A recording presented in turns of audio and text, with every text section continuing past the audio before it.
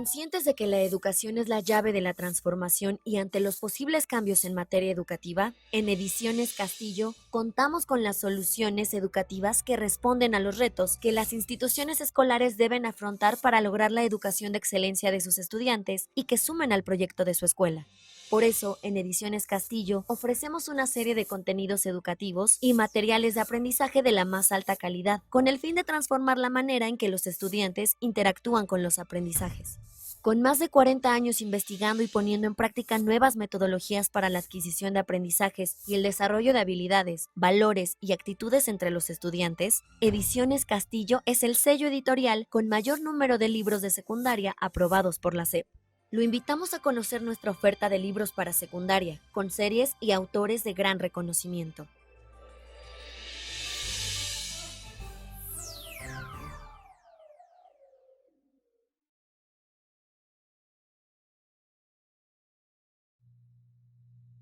Bienvenidos a este espacio, Castillo en Línea. Muchas gracias por acompañarnos el día de hoy a esta charla con autores sobre didáctica por asignatura. Muchas gracias a los autores por acompañarnos.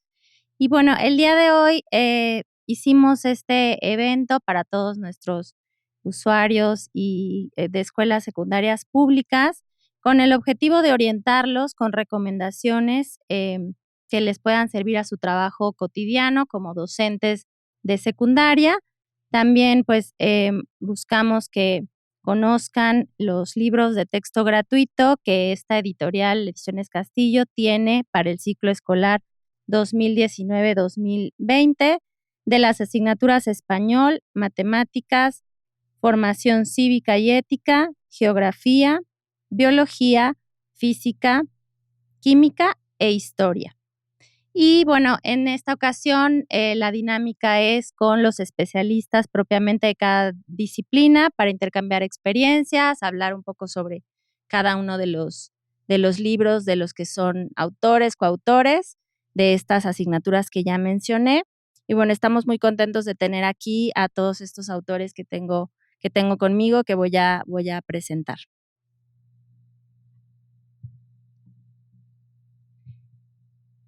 Ok, de izquierda a derecha. Ok. Voy a presentar primeramente a Ernesto Colavita. Él es autor del libro de física de segundo grado de la serie Sin Fronteras. Muchas gracias, Ernesto, por acompañarnos.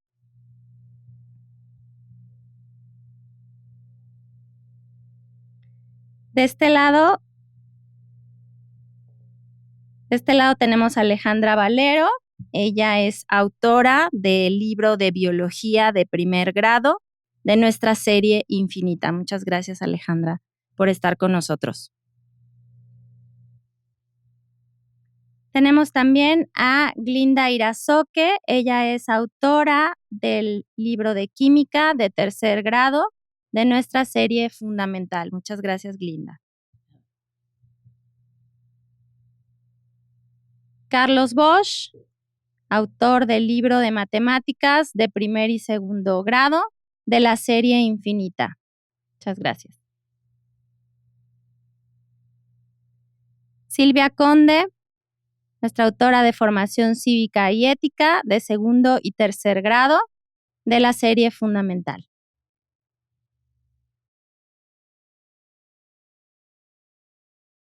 Adriana de Teresa nos acompaña, autora del libro de español de segundo grado de la serie Infinita. Muchas gracias, Adriana.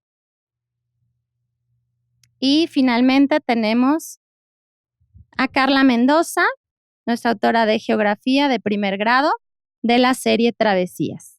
Ellos son los autores que el día de hoy nos están acompañando en esta charla, donde, bueno, la idea es intercambiar con ellos experiencias. Ellos nos van a platicar acerca de los libros de los que son autores y al final vamos a tener una participación de los asistentes a esta charla por parte de los maestros para que también ellos puedan hacerles preguntas. Entonces les voy a explicar la dinámica de esta charla para que nuestros asistentes sepan cómo vamos a hablar de cada una de las preguntas. Tengo aquí los objetivos, ya los comenté. Vamos a apoyar a los maestros con recomendaciones para seguir su trabajo continuo como maestros de secundaria, conocer las características de los libros, de las asignaturas que ya mencioné, y este acercamiento con especialistas. En esta ocasión tenemos propiamente a los autores el día de hoy para que ustedes de viva voz de ellos conozcan el planteamiento de su libro y puedan intercambiar preguntas con ellos. Entonces, la dinámica de la charla, vamos a hacer 3 rondas de preguntas. En este caso, voy a estar dando la palabra a cada uno de ustedes para que nos apoyen respondiendo la pregunta que vamos a poder ver en pantalla, para que cada uno tenga una participación en cada una de las rondas con un tiempo límite. Y al final, después de las 3 rondas, vamos a abrir el chat a nuestros asistentes que están del otro lado para que reciban ustedes las preguntas del público y puedan responder a sus inquietudes. Con esa dinámica vamos a estar trabajando. Así que bueno, vamos a empezar con la primera ronda. Tienen en pantalla la primera pregunta. Nos interesa entonces conocer por parte de cada uno de ustedes cuál es el planteamiento didáctico de la asignatura de acuerdo al programa de estudios que trabaja su libro con respecto al programa de estudios. Si nos pueden, por favor, plantear cuál es ese planteamiento didáctico del currículo y del libro, por favor. Muchas gracias. ¿Podría empezar? Claro, sí, por favor, Carlos. ¿Qué tal, maestros? Buenas tardes. Colegas, ¿cómo están? Buenas tardes a todos. Pues en matemáticas sí hubo cambios. En matemáticas voy a empezar a hacer una analogía sobre los programas. Pensemos que tenemos un lago de una misma profundidad todo el lago. Así eran los programas anteriores. Ahora lo que han hecho es esa misma cantidad de agua, colocarla de tal manera que hay partes más profundas y partes menos profundas. Es decir, quitaron algunas cosas que eran medio superfluas y en otras hacen mucho más énfasis. Eso respecto a los programas. Y respecto a la forma de enseñar, pues se dieron cuenta que los investigadores en ciencias en general, en matemáticas en particular, amaban su materia, sus problemas, sus cosas, se los llevan a su casa, duermen con ellos, se despiertan con ellos, y entonces pensaron que tal vez era conveniente seguir un poco lo que hace que ellos estén tan enamorados de su materia. Y entonces ahora le piden al maestro que, pues igual que los investigadores, pues que hagan que los niños hagan preguntas, conjeturas, hagan experimentación, se las contesten, se equivoquen, rectifiquen, hagan reportes, en fin, el papel del maestro ya no es lo que era tradicionalmente. El papel del maestro es muy difícil actualmente, tiene que trabajar mucho y tiene que propiciar en el salón de clases un ambiente adecuado para que todo esto se dé. Y me imagino que eso debe de ser lo mismo en las otras materias científicas. ¿O qué no es así, colegas? ¿Quién empezaría? Bueno, Alejandra, muchas gracias. Sí. Gracias. Pues en la materia de biología precisamente se da algo muy similar a lo que está planteando Carlos para las matemáticas, porque ahora el enfoque didáctico es en desarrollar las habilidades cognitivas necesarias en los estudiantes para que puedan ellos plantear preguntas, para que puedan plantear hipótesis, para que puedan abordar de cierta manera científica, desarrollando el pensamiento crítico, abordar todos estos conocimientos y estas inquietudes que van a tener acerca de los fenómenos naturales. Yo agregaría algo más. Para llevar a cabo un proceso constructivo medianamente coherente, ¿no? Y profundizando donde hay que profundizar. Además, se necesita como un orden coherente en la presentación de los contenidos, ¿no? Y también, con este nuevo programa, se pretende que sean los docentes quienes ordenen los contenidos, a diferencia de otros programas, de otras reformas. Y ahora los autores de los libros también hemos tenido la oportunidad de presentar los contenidos de una manera que nosotros pensamos permite construir de manera más adecuada y todos los conceptos, y además como desarrollar actividades de indagación progresivas, ¿no? Algo así. Una pregunta. Sí. ¿Tú puedes entonces elegir el orden en que presentas los temas. Sí, eso lo propone el programa. Pero eso, tú lo puedes cambiar. Claro, y es una diferencia entre muchos de los libros que ahora van a aparecer, ¿no?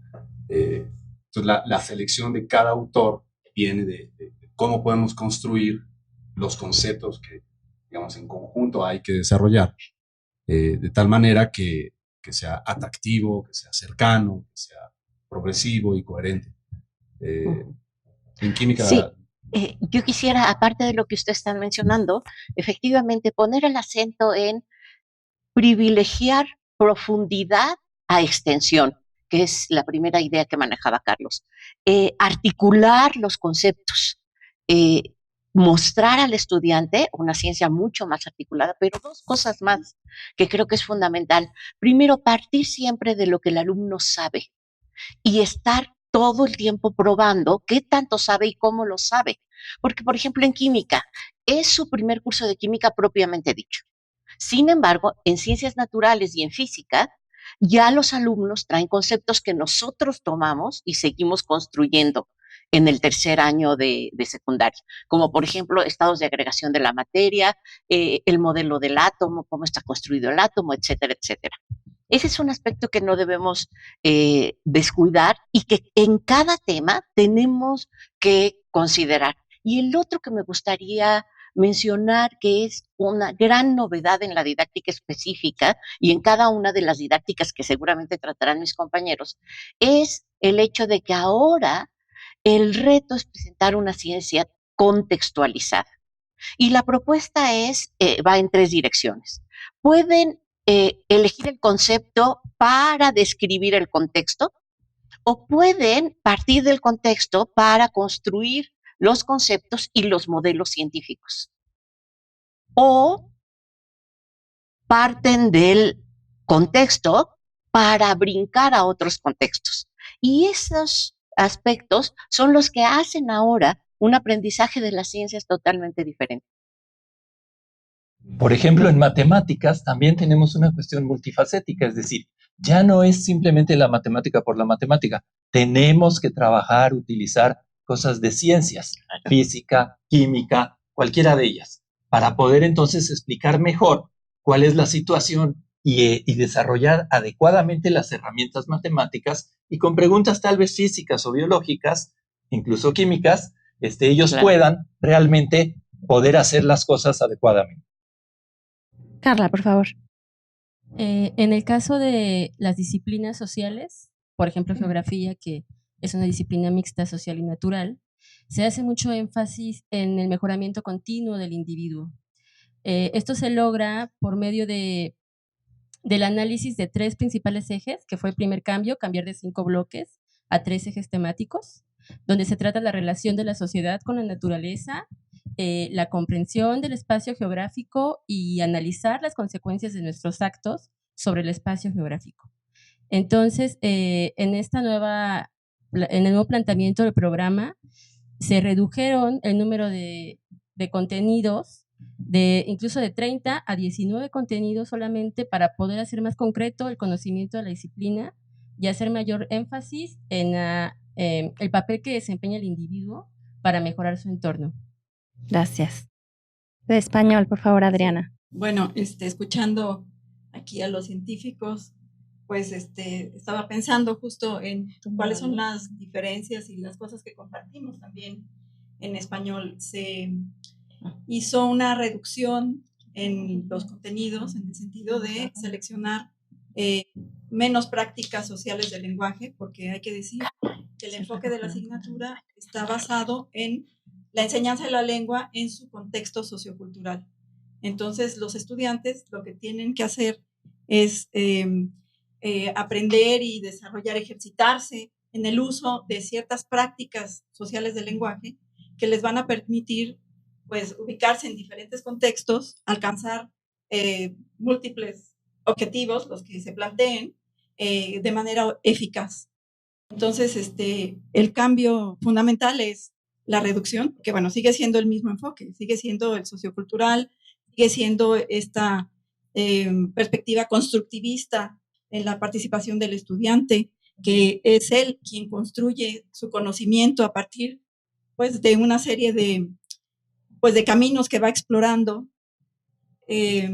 a partir de las actividades que se hacen con la guía del profesor. Como señalaba Carlos anteriormente, el profesor ya no es, digamos, la voz cantante, no es la voz de la autoridad, la voz que señala qué es lo que se tiene que aprender, sino es un mediador que orienta a los estudiantes en este trabajo que van a hacer con el lenguaje y que es fundamental. Silvia, por favor. En el caso de formación cívica y ética, el enfoque competencial del programa plantea una serie de retos didácticos, pedagógicos, ya que la asignatura pues, está fuertemente enraizada en el contexto y en la vida de los estudiantes. Entonces, el planteamiento que hacemos en el libro de texto es partir de lo vivencial, de lo práctico, de lo significativo, de lo contextualizado, para ir construyendo gradualmente las nociones fundamentales del civismo, de lo cívico, de los valores, de lo ético, pero también para que los estudiantes recuperen sus saberes en la construcción de explicaciones de la realidad, en la construcción de proyectos, que es una metodología fundamental que proponemos que se use a lo largo de una o varias secuencias didácticas. Los estudiantes van construyendo proyectos que sí van a la práctica, no solamente aprenden a desarrollar la metodología de proyectos para transformar su entorno, sino que también influyen en el entorno. Esto es muy importante en formación cívica y ética, porque de esta manera conseguimos un enfoque práctico. Digamos, todo el discurso de la democracia o de los valores o de la resolución de conflictos y la cultura de paz no tendrían sentido para el estudiante si solamente se quedan en sentencias que tienen que aprenderse de memoria, sino que precisamente tienen que partir de lo que ellos piensan, de lo que sienten, de lo que identifican en su entorno como problemático, aprender a organizarse y desplegar, como dice el enfoque competencial, todos sus recursos, sus saberes, sus habilidades para imaginar un futuro o una condición mejor. En este sentido, la imaginación política es muy importante en el planteamiento pedagógico del libro, porque partimos de que la realidad en la que estamos es una realidad que no nos gusta en muchas ocasiones y tenemos que imaginarnos una realidad mejor. Eso es la imaginación política. Entonces, constantemente en el libro se alude a eso, a que los estudiantes identifiquen cómo es el entorno, por ejemplo, el bullying en la escuela, ¿no? El acoso escolar. Es un problema que están viviendo. ¿Cómo quisieran que fuera la convivencia en su salón? Entonces ahí está la parte de la imaginación. ¿Y ahora qué tenemos que hacer para lograrlo?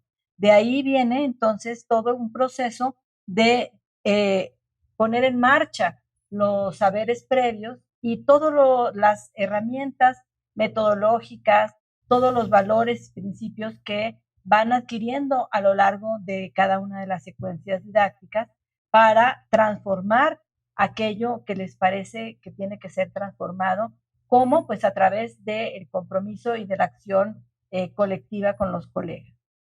Muchas gracias. ¿Alguien más tiene alguna? Pues Maestra Glinda. Yo sí quisiera un poco enlazarme con los compañeros de la derecha, en el sentido de que, sí, ¿no? Porque como que sí quedamos un poco separados, sí.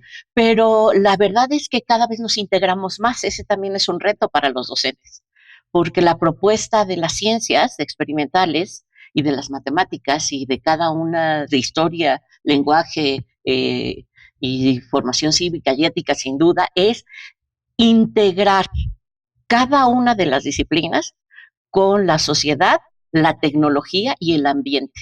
Solo de esa manera podremos realmente ir construyendo en nuestros alumnos un conocimiento útil en el contexto y en el momento en el que estamos viviendo. Y ahí, para química, por ejemplo, en el libro de química tomamos muchos casos de la historia y tomamos también muchos casos de tecnología y también trabajamos con valores, ¿no? Uh-huh. Así es de que es una integración y este es el reto para todos los docentes, no nada más para algunas de las disciplinas. Pero si bien es un reto encantador, porque ahora sí, eso le dará sentido al conocimiento. Gracias. Sí, Adriana, Yo todavía quiero tenemos también, minutitos. pues, enriquecer, digamos, esta intervención de Glinda, señalando que, bueno, el desarrollo de las habilidades lingüísticas, que es lo que tratamos de hacer en español, pues es fundamental para poder participar en todas las demás asignaturas. De hecho, pues en español se tiene que trabajar con distintos tipos textuales y en especial, bueno, hacemos trabajo en el ámbito de estudio. Trabajamos con, por ejemplo, texto informativo, de divulgación. En fin, la idea es que los estudiantes pues, sean capaces de enfrentarse con diferentes tipos textuales, que sean capaces de entender, de procesar la información y además de producir también, ¿no? Entonces hay una relación con todas las demás asignaturas. Por eso también pues, español ocupa un lugar central en el currículum, ¿no? Muy bien. ¿Alguien más? Tenemos 2 minutitos más. Nos quedamos con algo. Alejandra, por favor.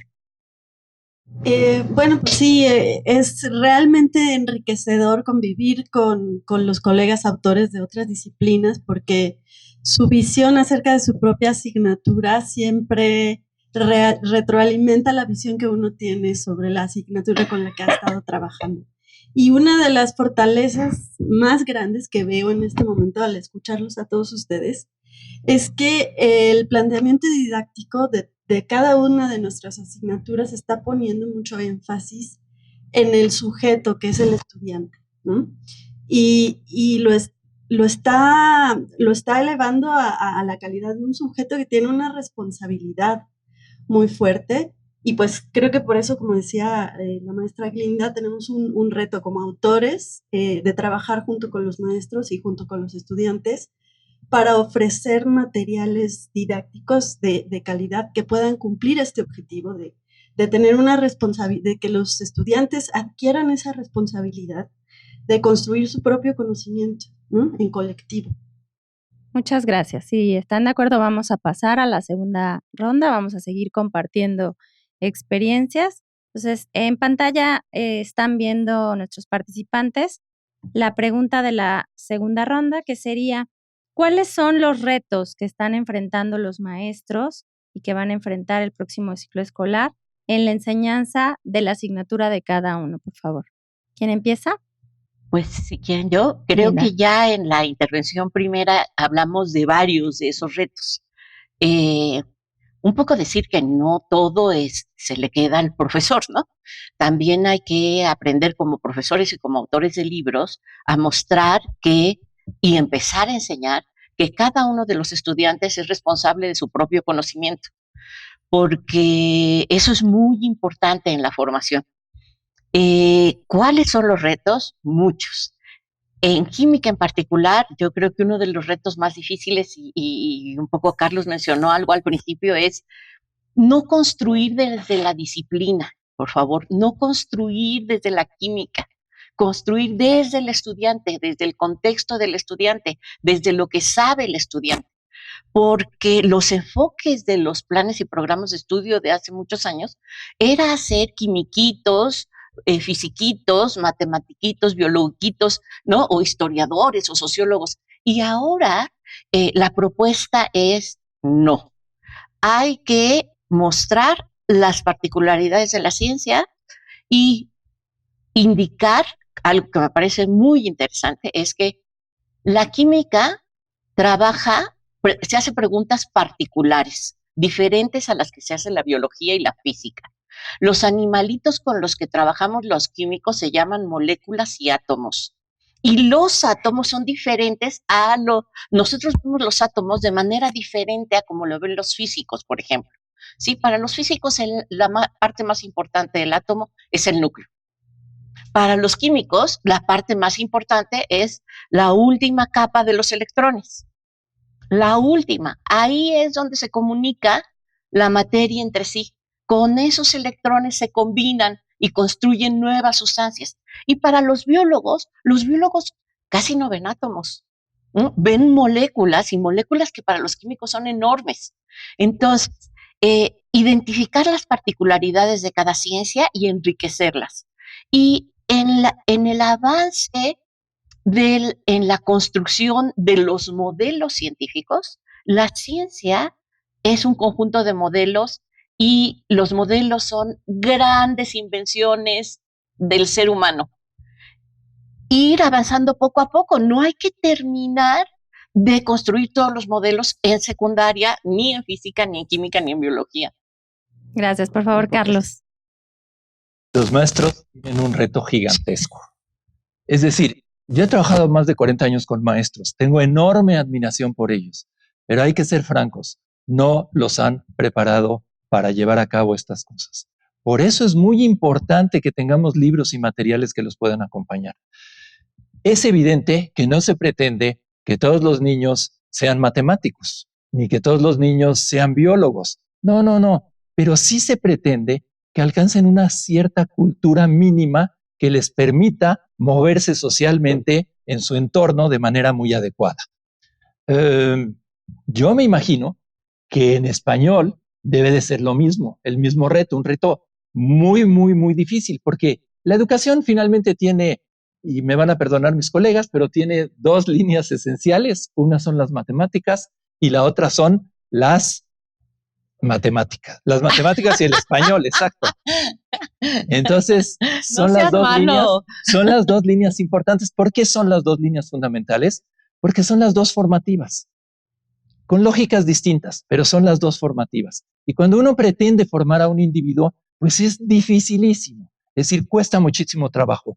Yo no sé, yo me imagino que en español debe ser algo del mismo estilo, pero simplemente para que tengan una idea de cómo hay lógicas en español y en matemáticas que se asemejan, podríamos pensar que el uso de los paréntesis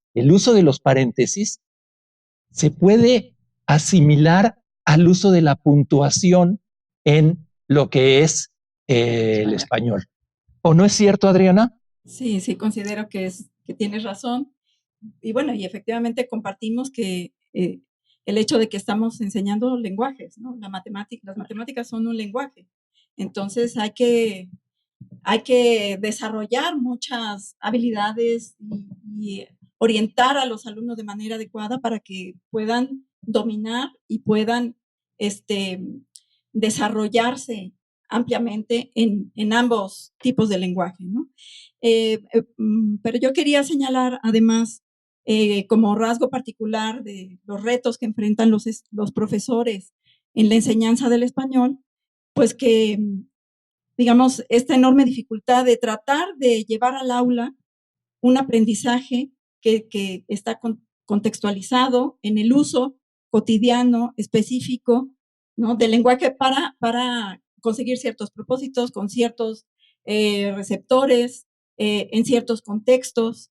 Entonces, me parece que es el reto más grande, ¿no? Trasladar eso que en la vida cotidiana pues hacemos y desplegamos habitualmente, pero trasladarlo en el salón de clases, ¿no? En donde se tiene que producir de manera artificial pues un contexto que permita a los estudiantes plantearse una serie de retos.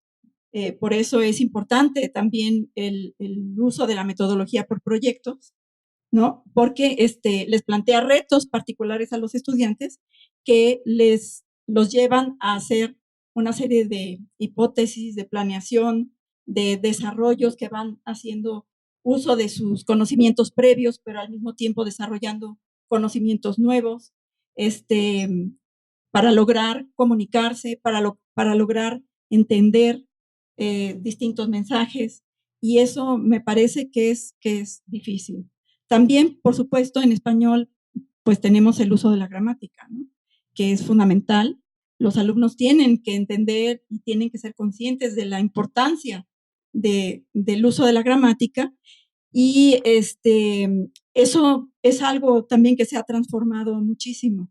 Anteriormente, pues se usaba, o sea, se enseñaba la gramática de manera descontextualizada, ¿no? Se le daban a los estudiantes unas reglas, se les ponían ejemplos arbitrarios, hechos a propósito para ese efecto, y se aislaba del uso. Ahora el reto es poder enseñar a leer, identificando ciertos usos gramaticales, enseñar a construir un mensaje, ya sea oral o sea escrito, incorporando esos elementos. Entonces, eso es lo que plantea el programa como un reto gigante también para nosotros, ¿no? Los autores de libros, para los maestros, que es lo que tienen que ir haciendo, ¿no? Poder entretejer este conocimiento, este saber procedimental, este saber metacognitivo del uso del lenguaje. Ernesto, por favor. Yo quisiera ser un poco más específico en cuanto a las disciplinas científicas, además de todo lo que han dicho y que trabajan con adolescentes y todo este tipo de retos que ya todos conocemos. En el caso de ciencias, algo que habíamos platicado era, todo está en función de una indagación, ¿no? Una indagación del entorno, del entorno físico, químico, biológico, algo más general que pudiera ser a partir de las matemáticas. Y yo creo que el reto más difícil, desde mi perspectiva, es poder hacer que los jóvenes se pongan a realizar una indagación guiada. Tomen material con las manos y hagan algo con ellos de manera científica. No importa por simple que sea el problema, uno echa a andar estas habilidades de pensamiento que uno quiere desarrollar, que permiten hacer procesos deductivos, inductivos, etcétera, ¿no? Todas estas herramientas de pensamiento científico. Lo complicado es eso, ¿qué hago con los chavos que en 45 minutos puedan empezar y terminar, que no sea un relajo en el salón, que vaya al núcleo del concepto que uno quiere desarrollar o construir? Y eso es bien difícil. Hay un montón de actividades que pueden llevar a uno u otro lugar. Hay unas que funcionan, otras que no, unas más largas, más cortas. Y justo es parte del trabajo, creo, de nosotros los autores. Tenemos mucho tiempo para planificar eso, para pensar eso, como para poner el material que se necesita, para proponerlo al final, sobre todos los temas, un poquito proponer qué cosas son factibles y qué cosas no, en qué momento sí, en qué momento no, que vaya además progresivamente construyendo los conceptos. Y supongo que en otras disciplinas tendrán retos equivalentes, ¿no? Tal vez no es una indagación científica, pero si es historia, si es geografía, ¿no? Formación cívica y ética, lo mismo. Este tipo de cosas, actividades, digamos, factibles, ¿no? Alejandra, por favor. Bueno, sí, tienen razón todos mis colegas, disculpen.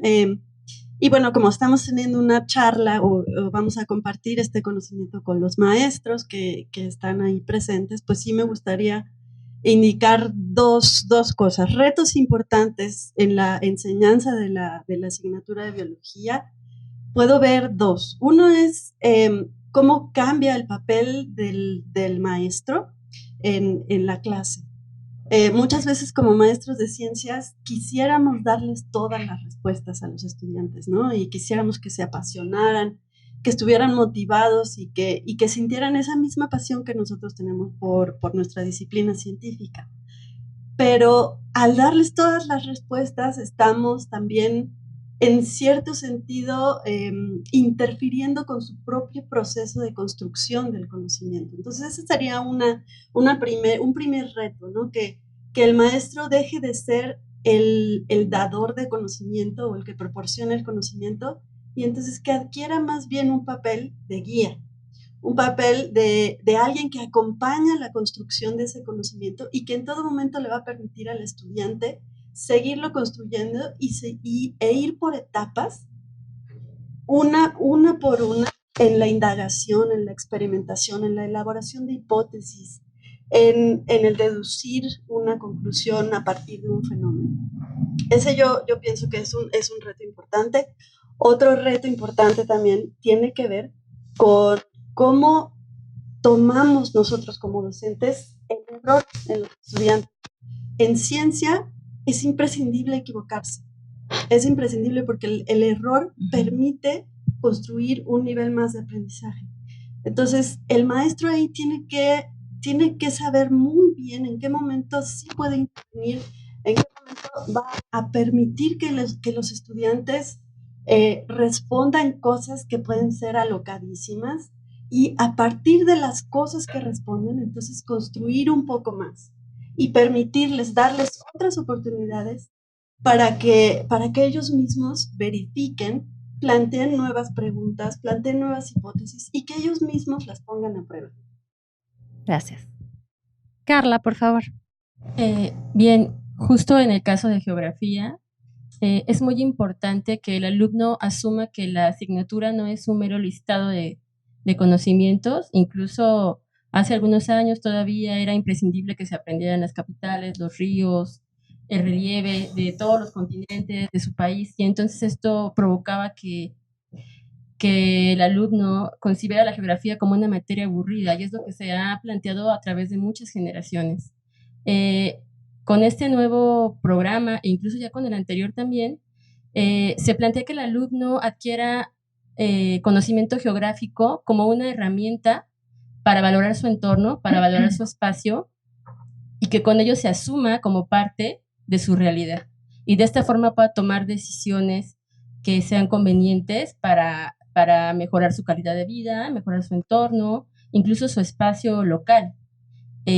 Entonces el profesor tiene ese gran reto, a hacerlo entender que forma parte del espacio y que la geografía está ciertamente relacionada con todas las demás ciencias, física, química, biología, y que se trata de una ciencia integradora, de hecho. Silvia. En el caso de formación cívica y ética, la naturaleza de la asignatura plantea tres grandes retos, o retos en tres campos. En la didáctica, los relativos a los valores y los relativos a la cultura política. Por ejemplo, en la didáctica, un gran reto es la contextualización, que ya lo han señalado, y la problematización. Si trabajáramos como antes, el civismo clásico, ¿no?, en donde son sentencias morales que se deben aprender y que se deben repetir, eso ya vimos que no impacta en la formación real de las personas, sino que solamente se aprende a ser moral y políticamente correcto, pero no hay una real convicción. Entonces, esta formación cívica y ética de esta era, digamos, hace indispensable la contextualización y la problematización. Un libro o un maestro, una didáctica de formación cívica y ética que no problematice, no sirve. Pero problematizar no es fácil, porque es necesario conocer el entorno y ver todas sus aristas, y tan complejas y contradictorias como son, sin asumir que todo es blanco y negro. Ese es un desafío didáctico. Y el otro, relativo a la evaluación. ¿Cómo evaluar los valores? ¿Cómo evaluar las actitudes? Ese es, digamos, uno de los grandes retos en materia de la didáctica. En el campo propiamente de los valores, en formación cívica y ética tenemos un gran problema, que la realidad familiar, social, política, contradice con mucha frecuencia el discurso de la asignatura. Hablamos de la cultura de la legalidad, de la democracia, de la cultura de paz, y lo que ven los estudiantes es el contrario, el perfecto opuesto. ¿Cómo trabajar desde ahí? Bueno, justamente desde la problematización. Más adelante voy a profundizar de cómo hacerlo específicamente y cómo lo proponemos en el libro. Y el tercer grupo de retos, muy similar al anterior, se refiere a la cultura política. La cultura política en México es una cultura política de súbdito. Estamos poco habituados a participar, a intervenir, a sentir que nos toman en cuenta. Y lo que se llama sentido de eficacia política es muy importante en formación cívica y ética. Esto quiere decir que los adolescentes sientan que lo que dicen o proponen va a tener algún impacto en las decisiones o en la realidad. Y justamente lo que necesita esta asignatura es proporcionar esas experiencias que fortalezcan el sentido de eficacia política. Ok, en esta ronda, ¿alguien tiene algo más que decir? Carlos, por favor. Linda, después, gracias. Bueno, primero, uno de los grandes retos obviamente es que el maestro encuentre cuáles son los saberes de los alumnos cuando va a trabajar algo. La primera cosa. Segunda cosa, la memorización, pues ni modo, hay cosas que hay que memorizar en español, en química, en matemáticas, y no hay otro remedio, ¿sí? Evidentemente, no es lo deseable y la memorización, si uno descubre las propiedades, es más fácil que llegue a que uno se lo tenga que aprender sin entender qué es lo que se está aprendiendo. Y finalmente quisiera hablar de la evaluación. La evaluación es fundamental, pero para mí la evaluación hay que aprovecharla. El maestro, cuando evalúa a sus alumnos, él se tiene que estar evaluando ahí también. Él tiene que ver si sí pudo o no pudo y qué es lo que enseñó o qué es lo en donde él se equivocó al enseñar y a lo mejor puede rectificar una cosa de esas. Tiene que aprovechar los errores de los alumnos. La evaluación no tiene por qué ser siempre punitiva. La evaluación es parte de la enseñanza. Linda. Bueno, Carlos me lo quitó de la boca. Y yo precisaría, la evaluación no es punitiva, no es punitiva. La evaluación es el pivote que tenemos los docentes para ver si el diseño didáctico que hicimos fue el correcto. Entonces, la evaluación nos mide, nos califica a nosotros, no al alumno. Así es de que olvidémonos de estar evaluando para reprobar a alguien. Los primeros reprobados seremos nosotros. Y eso es algo muy interesante, porque entonces lo que nos dice es que el diseño didáctico, para hacerlo, el docente tiene que tener muy claro hasta dónde quiere llegar para saber qué va a evaluar y cómo lo va a evaluar. Entonces me la quitaste de la boca. Pero, y la otra nada más, por esto de los lenguajes, y porque hoy es el año de la tabla periódica, ¿no? Y entonces, pues la química tiene un lenguaje propio también. Yo estoy de acuerdo con Carlos que las matemáticas nos estructuran el cerebro, no tengo duda. Estoy de acuerdo también con que el español es la carta de presentación de cualquier profesionista, ¿sí? Pero el saber química, el saber lo que nos dice una fórmula química, es un deleite. Adriana, por favor. Bueno, yo quería nada más volver un poco a la cuestión de la evaluación, que coincido en que no es punitiva, sino que tiene múltiples funciones y que hay distintos tipos de evaluación. Hay que pensar en la evaluación no siempre como esta actividad final que permite asignar una calificación al estudiante, sino que a lo largo de todo el trabajo que se va desarrollando, es importante ir haciendo altos en el camino para analizar de qué manera avanza el proceso, cómo se van aprendiendo los conceptos o desarrollando las habilidades, y entonces poder introducir ahí pues un ajuste. Pero también es la manera a través de la cual los estudiantes pues adquieren pues esta conciencia metacognitiva, ¿no? Toman conciencia de qué es lo que han aprendido y cómo lo han aprendido. Entonces es fundamental.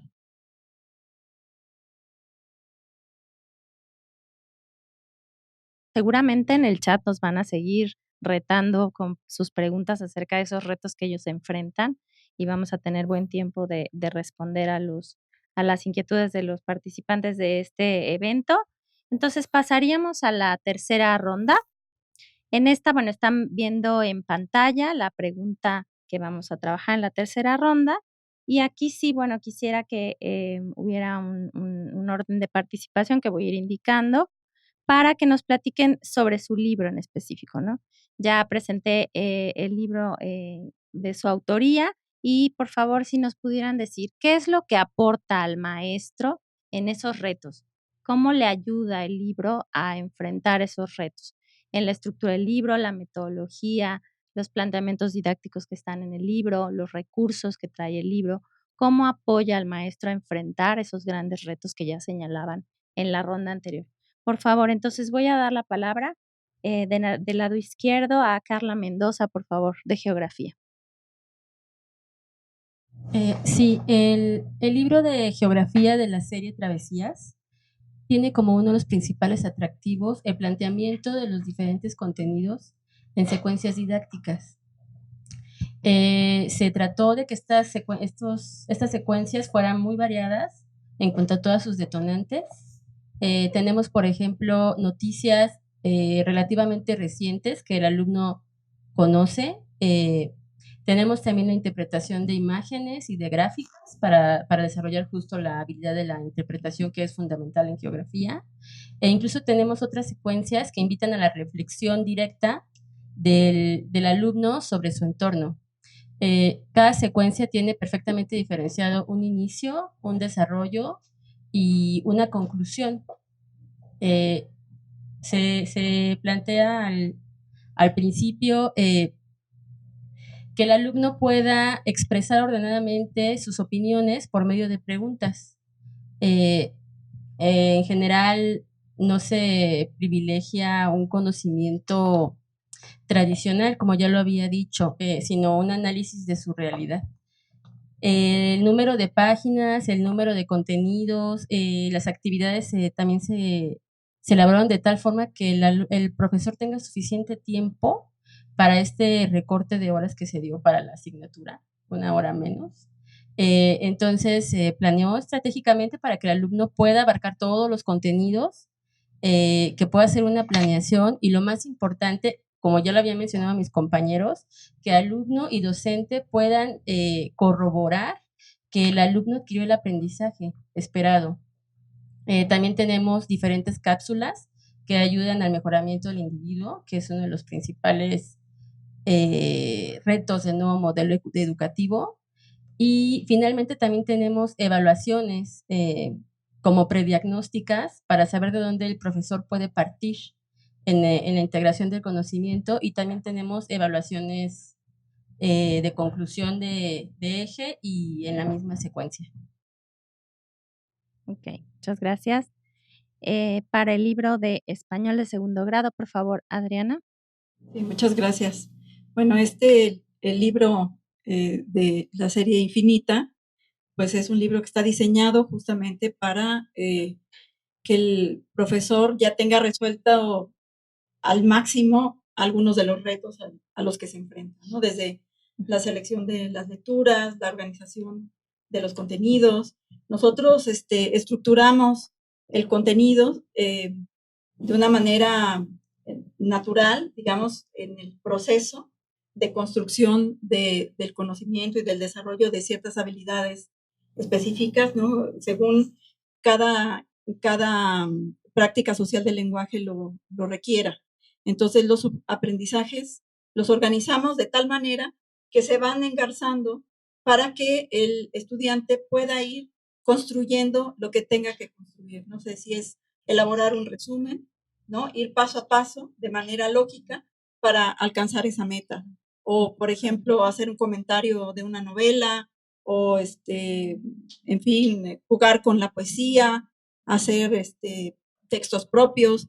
Los vamos llevando así paso a paso. Cada uno de los subaprendizajes está desarrollado de una manera sintética, pero siempre articulada en una estructura que también coincide con el libro que acaba de mencionar la maestra de geografía, siempre articulada en un inicio, que es exploración de conocimientos previos, la lectura del tipo textual correspondiente, el comentario de esos, o sea, del texto, comentario en colectivo, guiado por el profesor. La idea es hacer una serie de actividades significativas, o sea, que tengan sentido para los alumnos.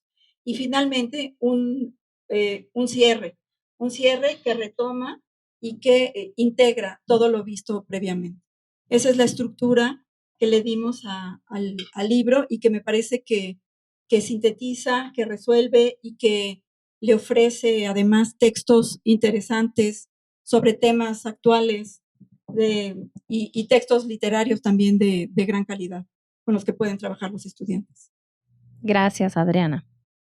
Nuestra autora de formación cívica y ética, por favor, Silvia Conde, de la serie Fundamental. En el caso de la serie Fundamental, también partimos de secuencias didácticas y de proyectos. Una característica es que siempre en el inicio de la secuencia hay una problematización vinculada con el entorno o con la vida de los estudiantes o con los aspectos sociopolíticos. Esta problematización está directamente relacionada con la tarea a realizar en cada secuencia los estudiantes tienen que hacer digamos, superar un desafío, resolver un problema o hacer algún producto. Entonces, desde el inicio se les plantea y se plantea que los estudiantes puedan hacer como un inventario de recursos para identificar qué saben y qué saben hacer respecto de la tarea a realizar y puedan organizar, digamos, el proceso a seguir. En el desarrollo encuentran información, la fundamental, la que es necesaria, y pistas para profundizar, y van realizando paulatinamente las actividades para el cumplimiento de la tarea y van registrando en su portafolio de evidencias, que es un recurso muy importante de la autoevaluación, la coevaluación y la evaluación en esta asignatura. En el cierre, pues justamente aplican lo aprendido, expresan sus opiniones, plantean sus explicaciones sobre la problemática que se planteó al principio o la manera como resolvieron el problema o presentan el producto. Un asunto que quisiera, esto es constante, pero también es constante que a lo largo de la secuencia se van planteando elementos para el proyecto ciudadano, el proyecto cívico y ético que realizarán al final del curso, de tal manera que lo empiezan a realizar desde el principio.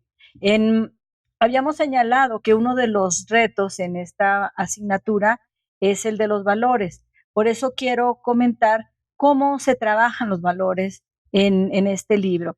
Partimos de que hay 3 momentos claves.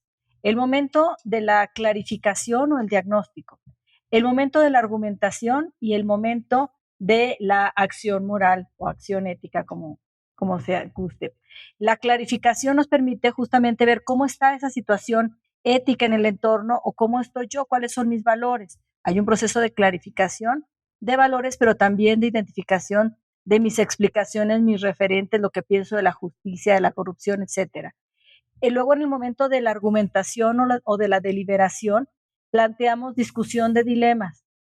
Esta discusión de dilemas o este análisis crítico de películas, de notas de periódico, de lo que ocurrió en el salón o en la escuela, permite poner en práctica, argumentar sobre sus propios valores y construir nuevas valoraciones y construir estrategias, como ya había señalado, para transformar esa realidad que se quiere modificar.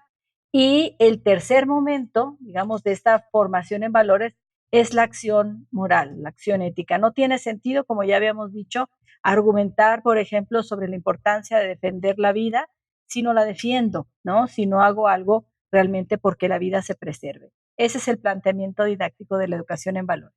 Gracias, Silvia. Carlos Bosch, nuestro autor de Matemáticas Primero y Segundo de la serie Infinita, por favor. Muchas gracias. Pues el libro que escribí con unos colegas es sin lugar a dudas un gran apoyo tanto para el maestro como para el alumno, porque ahí plasmo la esencia de lo que son las matemáticas. ¿Y qué quiero decir con la esencia de las matemáticas? 4 cosas muy sencillas aparentemente, pero que llevan mucho tiempo. Primero, el razonamiento. Segundo, la honestidad. Tercero, la paciencia.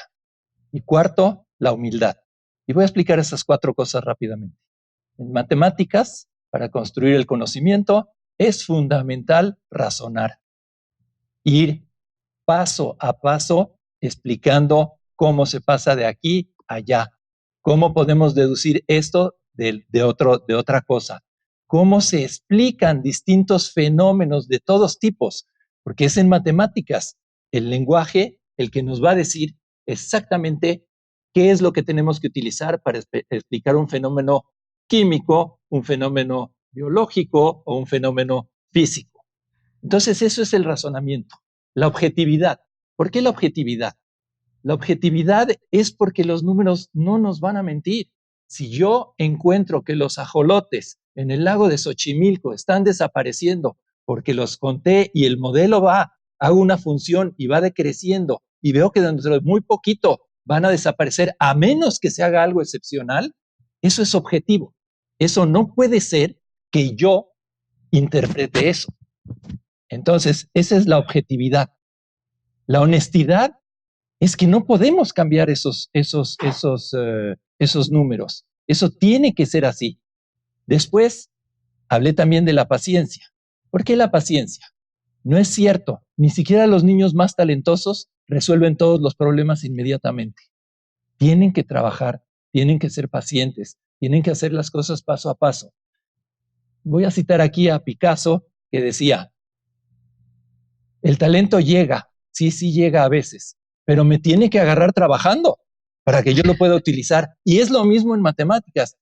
Ellos, los niños, tienen que trabajar mucho y tienen que estar duro y duro y duro. Esa es la paciencia. Y la humildad, sin lugar a dudas, es una de las grandes propiedades de la esencia de las matemáticas. ¿Por qué? Porque siempre los matemáticos, y por supuesto los niños, los maestros, todo el que estudia algo de matemáticas, va a llegar y se va a topar con algún problema que no va a poder resolver. Con paciencia, con tenacidad, con talento, se va a sobreponer. Y se va a encontrar con otro que tampoco va a poder resolver. Y así sucesivamente. Y eso, pues perdónenme, pero eso es la humildad. Y para terminar, les diré que si un niño a mí me pregunta, ¿y para qué quiero llevar ese libro? ¿Y para qué quiero estudiar matemáticas? Pues es muy fácil la respuesta. Para que seas mejor ciudadano, mejor humano, mejor persona y honesto. Gracias, Carlos. Seguimos con nuestra autora de Química de tercer grado, Linda Irazoque, de la serie Fundamental, por favor. Muchas gracias. Después de todo lo dicho, estoy segura que el libro que escribimos Vicente Talanquer y yo tiene mucho de lo que decimos. Primero, nosotros seguimos pensando que el libro de texto sigue siendo la gran herramienta de apoyo didáctico, no solo para los estudiantes, sino para los profesores. Los libros están muy bien editados, tienen muy buenas imágenes, tienen muy buenas propuestas didácticas. Proponemos la construcción del conocimiento químico siempre desde un contexto cercano al estudiante y dándole información que él pueda entender, porque estamos convencidos que la química y las ciencias en general son parte de la cultura, aunque no la podemos separar. Es tan inculto una persona que no sabe quién fue Shakespeare como aquel que no sabe qué es el cambio climático y el adelgazamiento de la capa de ozono, problemas que nos impactan planetariamente. Y eso lo aprenderá solo estudiando química, física, biología y las ciencias experimentales. El libro tiene varios aciertos, voy a mencionar varios. No dudo que es el mejor libro del mercado. ¿Por qué? Porque la química es una ciencia fenomenológica.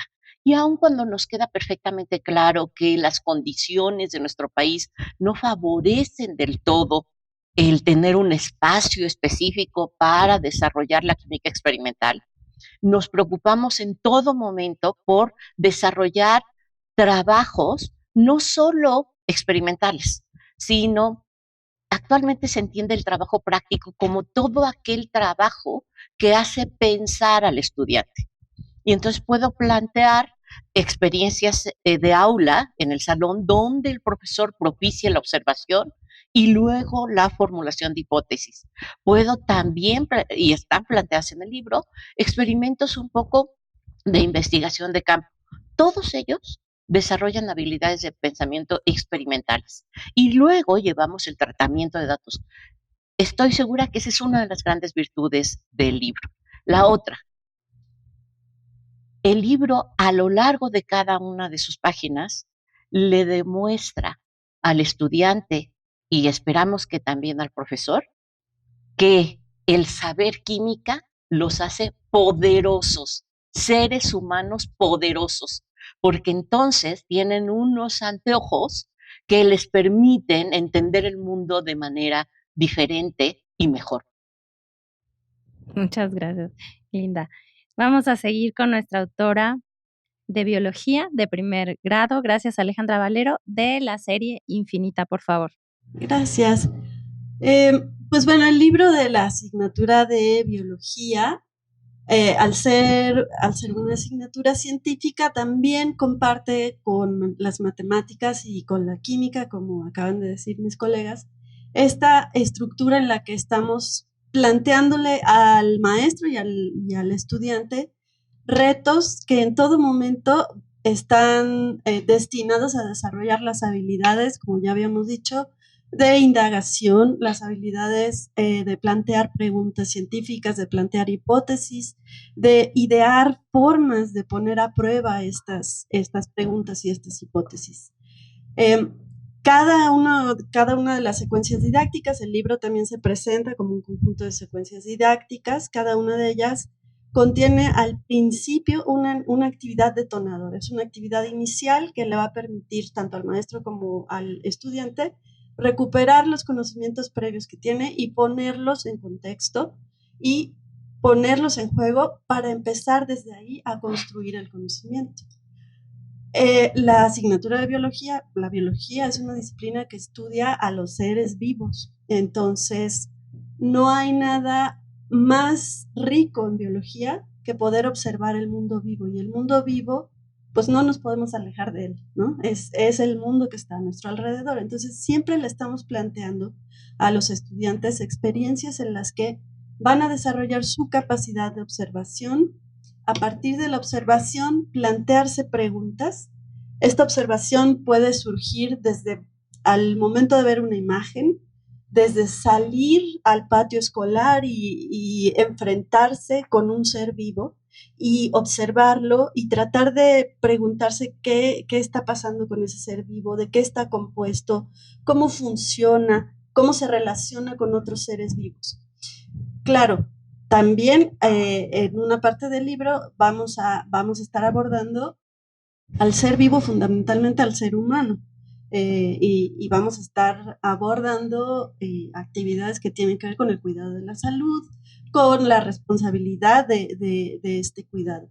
Entonces, fundamentalmente es un libro muy útil, muy buen material didáctico también, porque va a permitir desarrollar todas estas habilidades cognitivas que fomentan el desarrollo del pensamiento crítico, lo cual es esencial para la formación de un científico y de un científico integral, a base de actividades de indagación, actividades experimentales que se van a poder realizar todas en el aula o en el patio escolar, porque el mundo vivo, como les había dicho, está a nuestro alrededor. Y bueno, también el libro plantea una serie de proyectos en los cuales los alumnos van a poder ser un poquito más autónomos, decidir en qué quieren profundizar, cómo lo quieren hacer, si quieren abordar una pregunta en particular, si quieren abordar cómo ejercer una serie de acciones para cuidar su ambiente, para cuidar su salud. En los proyectos que les sugerimos como parte del libro lo van a poder hacer. Y esperamos que lo usen mucho. Gracias, Alejandra. Y bueno, terminamos esta ronda con nuestro autor de física de segundo grado, Ernesto Colavita, de la serie Sin Fronteras. Por favor. A mí me gustaría contarles de 3 aspectos de esta propuesta. Uno tiene que ver con el reto que va sobre los prejuicios de los estudiantes sobre la asignatura, que es difícil, es aburrida, poco interesante. El intento aquí, supongo que de todos, es como buscar temas que sean cercanos a los estudiantes, que sean atractivos, divertidos, en la medida de lo posible. Eso intentamos en este libro todo el tiempo y me parece que lo logramos bastante bien. Por un lado, usando temas de muchas relacionados con muchos temas, no solo estrictamente científicos, sino vinculados a cuestiones de arte, a cuestiones de historia, a cuestiones de deportes, etc. El espacio, que siempre es como muy atractivo para muchos. Otra tiene que ver con a lo que ya había comentado, que es el orden en el que se presentan los conceptos, como para hacerlo amable con los estudiantes y con el docente, de que vaya siendo progresivo y que no tenga saltos muy extraños en términos de si uno empieza con energía cinética antes de hablar de velocidad, como que hay un cortocircuito ahí, ¿no? Entonces, como que sea todo consecutivo y bien constructivo. Y el último, que es el que más me gusta a mí, es a lo que más tiempo me he dedicado a lo largo de mi carrera, es desarrollar procesos de indagación científica todo el tiempo, como jugando con las manos, manipulando material, o cuando es necesario con actividades que impliquen razonar y estar como cuestionando distintas situaciones, que también están bastante resueltas, que es una gran ventaja para el docente, con el material, y es como factible en el tiempo que dura una clase. Y algo que es un poco más oculto, no es inmediato de saber, y es que en todas estas actividades están trabajando de manera implícita todas estas habilidades de pensamiento crítico, que es la meta fundamental, creo yo, en la enseñanza de las ciencias, más allá de los contenidos y la información, es pensar críticamente, saber indagar un tema cualquiera que sea y poder alcanzar los contenidos y construir los conceptos y hacerlo atractivo y seguir con esta como forma de conocer, que a mí me parece que es como muy infantil. Los niños lo tienen de manera natural, que es jugar y romper a ver cómo están hechas las cosas, ¿no? Y uno deja de hacerlo de manera natural, no natural, de manera artificial, porque en la escuela muchas veces nos empiezan a decir, no, este es el contenido. Y es como tratar de mantener viva esa curiosidad por las cosas y esta necesidad de manipular. Entonces, si uno los deja hacerlo y orienta un poco la forma en la que uno hace la observación para llegar un poco a utilizar cierto tipo de razonamientos, entonces creo que logramos un montón de cosas. Recomiendo que le echen un ojo al libro y sobre todo que lo traten de ver con esta óptica. Yo espero que les guste, creo que les puede gustar. Muy bien, muchas gracias. Bueno, vamos a cerrar esta ronda y bueno, a partir de este momento ya de hecho hay algunas participaciones. Pueden intervenir en el chat nuestros asistentes a este evento. Les pido por favor que escriban sus preguntas. Nos ayudaría mucho si la pregunta es dirigida a algún autor en específico, me pudieran escribir a qué autor dirigen su pregunta, si es una pregunta específica de alguna asignatura. Y bueno, pues en lo que nos comparten sus inquietudes los asistentes, si tuviéramos algún tiempo al final, me gustaría que diéramos un cierre de algunos segundos, 30 segundos, un minuto más o menos, y es que tenemos tiempo, yo les indico, para que pudiéramos tener una ronda de cierre con ustedes antes de despedirnos. Entonces, voy leyendo lo que nos comparten. Primeramente, agradecerles a todos el que estén en este evento, a los maestros que pudieron conectarse. La maestra Mariana Contreras Ramos, bueno, nos felicita, dice, maravillosa sesión de análisis que nos ofrecen los académicos y este editorial. Muchas gracias. Muchas gracias a la maestra Mariana Contreras. Eso es muy gratificante, yo creo que para todos los que estamos aquí. Nos dice el maestro Carlos Torres si afecta de alguna manera el manejo de la asignatura al utilizar su libro de texto con los cambios que está promoviendo la SEP en este nuevo gobierno.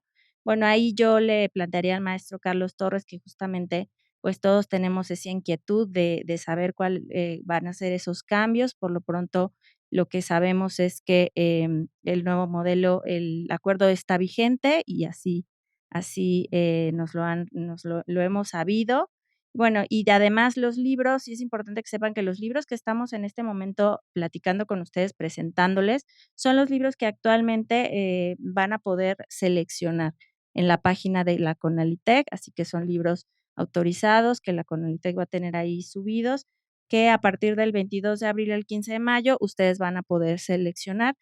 Son todos estos libros que estamos promoviendo como editorial. Carlos, ¿quieres decir algo de esta pregunta? Pues sí, que hay contenidos y hay formas que no pasan de moda. Es decir, el teorema de Pitágoras va a ser toda la vida el teorema de Pitágoras. Entonces, lo que puede ser un poco innovador es la manera en que uno llega al teorema de Pitágoras y las aplicaciones. Pero hay muchísimas cosas que aunque piensen que están cambiando las orientaciones, lo que se tiene que enseñar a todo eso, es imposible, ¿no? Es decir, un niño tiene que saber sumar, para ponerlo más claro, ¿sí? Un niño tiene que saber multiplicar, tiene que entender el algoritmo y cómo son esas operaciones para luego poder utilizar la tecnología adecuadamente. Gracias, Carlos. Sobre esta pregunta, ¿alguien más? Seguimos con el chat. Ok.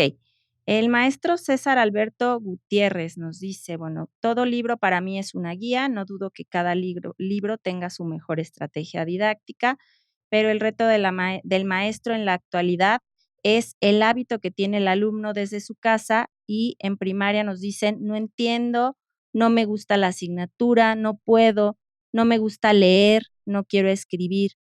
Quisiera que me dijeran y explicaran qué hacer con este tipo de casos de los estudiantes. Adriana, por Bueno, favor. pues siento que va dirigida hacia mí la pregunta. Y no dice, pero por español. adelante. Sí, bueno, creo que ese es un reto que no podemos negar. O sea, realmente el contexto a veces juega en contra, ¿no? El contexto particular de los estudiantes, el contexto general de la cultura, ¿no? Con el desarrollo de toda una serie de, pues, no sé, el uso de las redes sociales, compiten muchísimo, por ejemplo, con la posibilidad como de encontrar disfrute, gozo en la lectura de textos literarios, por ejemplo, ¿no?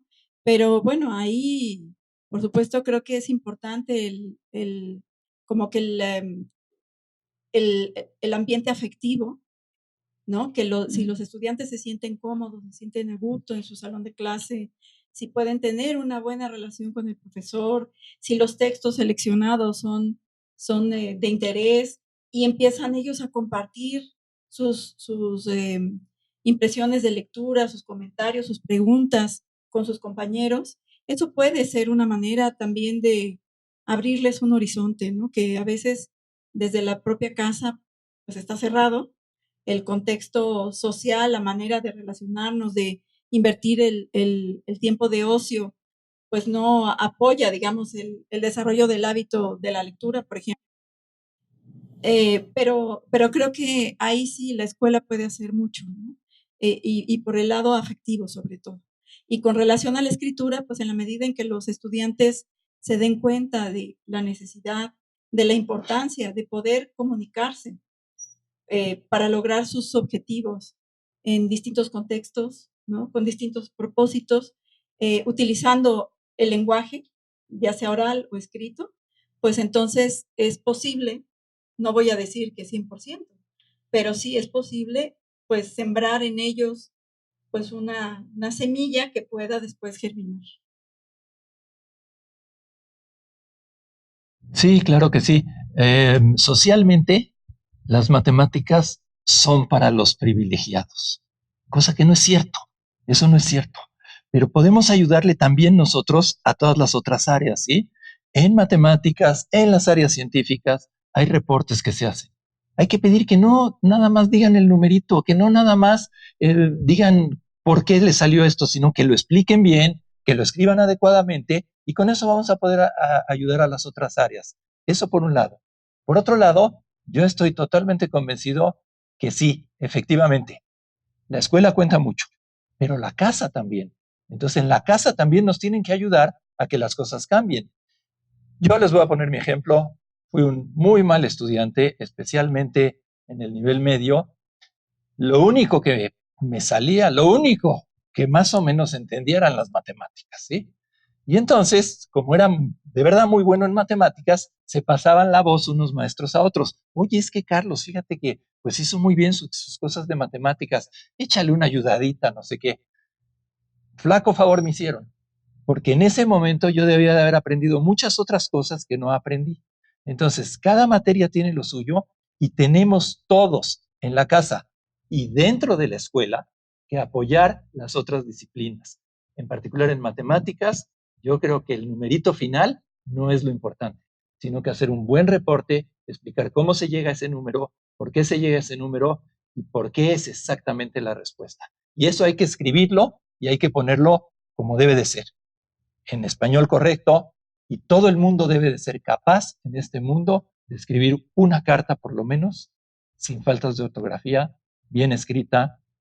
Lo mismo que en matemáticas, deben de poder resolver cierto tipo de problemas. Eso es lo que yo llamaría la cultura esencial de nuestros niños. Okay, sobre esta misma pregunta me pidió la palabra Grinda, le doy la palabra y después seguimos con el chat, que ya hay varias participaciones. De acuerdo con los compañeros que me antecedieron. Pero lo que indica la investigación educativa al respecto, y tiene que ver algo con lo que estaba diciendo la compañera de español, es que debemos de tener mucho más cuidado de las lecturas que le acercamos a los estudiantes, porque de repente le acercamos lecturas que no entienden.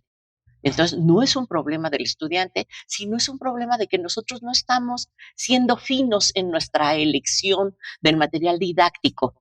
Y por otro lado, también así es de que una de las propuestas es lo que más ha cambiado la enseñanza de las ciencias, a quedarme aquí porque es el área que conozco, no han sido los cambios en los programas de estudio. No ha sido que cambiemos de orden o que quitemos unos conceptos y metamos otros, sino han sido precisamente la elección de distintos materiales didácticos que ya han probado que tienen éxito. En química también metemos muchas lecturas y hacemos actividades con base en las lecturas. Así es de que la lectura es un conocimiento que permea todo el conocimiento de los seres humanos. Entonces hay que elegirlos. La otra cosa es, el estudiante se aburre cuando no sabe lo que el maestro le pide hacer, ¿no? En ciencias experimentales eso es muy claro. Y entonces la propuesta ahora, por ejemplo, que a lo mejor le sirve, profesor, es lance una pregunta, reciba propuestas y diga que diseñen el experimento, que cómo resolverían las preguntas que ellos mismos plantean. Y esos retos les parecen muy interesantes, han sido muy exitosos.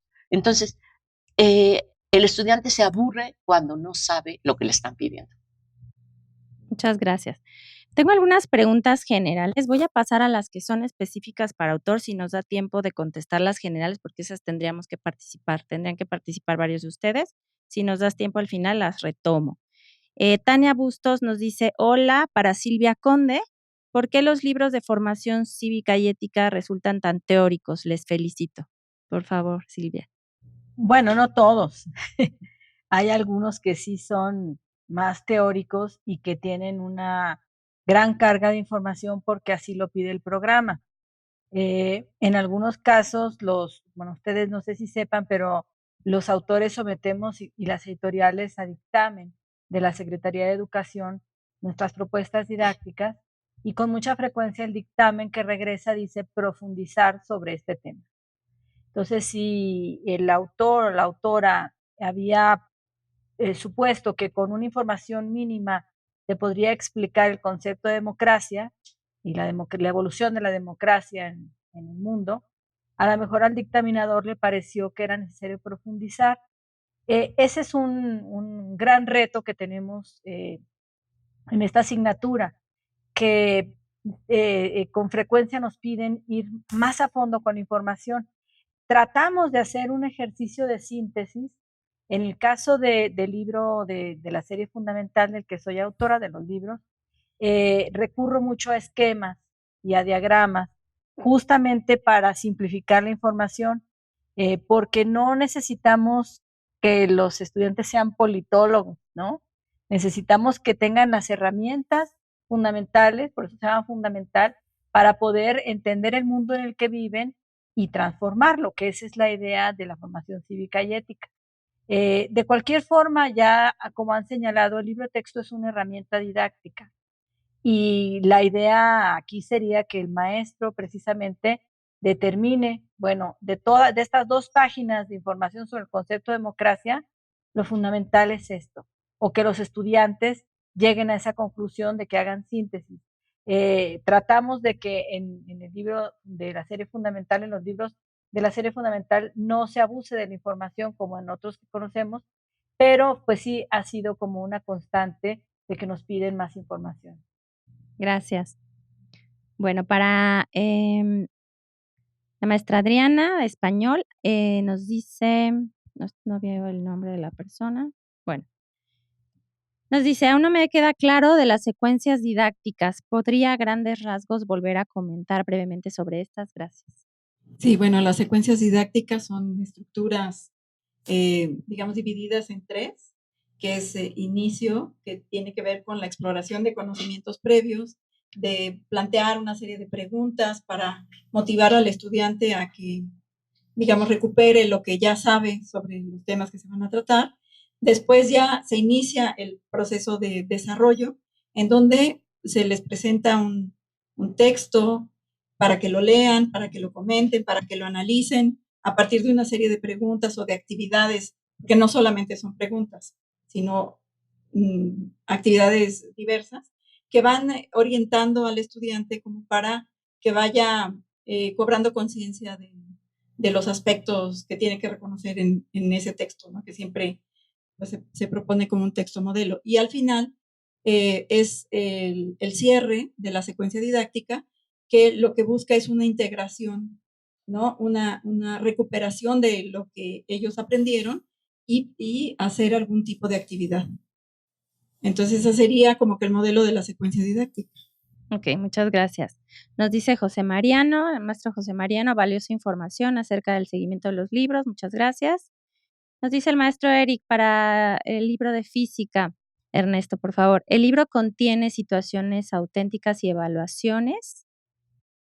Sí, sí. De hecho, es como bastante actualizado en fenómenos que han pasado en la naturaleza y cosas así. Y hay evaluaciones cada secuencia y al final también hay una evaluación un poco más completa. Entonces, sí, en realidad está bastante completo en ese sentido. Muchas gracias. El maestro Carlos Torres para la maestra Carla Mendoza de Geografía. Me gusta el aprendizaje lúdico. ¿Su libro promueve esta modalidad y cómo?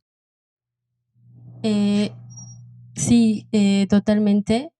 El libro plantea situaciones que son muy cercanas a los estudiantes.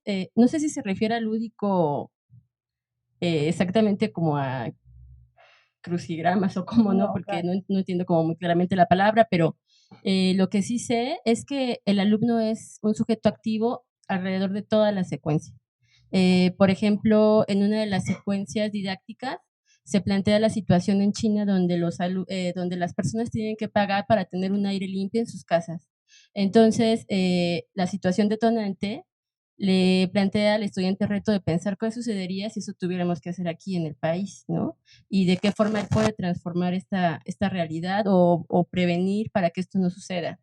Y así sucede alrededor de todo el libro. No sé si a esto se refería exactamente. Si nos quiere ampliar la maestra Tania Bustos más adelante para ver si tenemos tiempo de ampliarla. Muchas gracias, maestra Carla.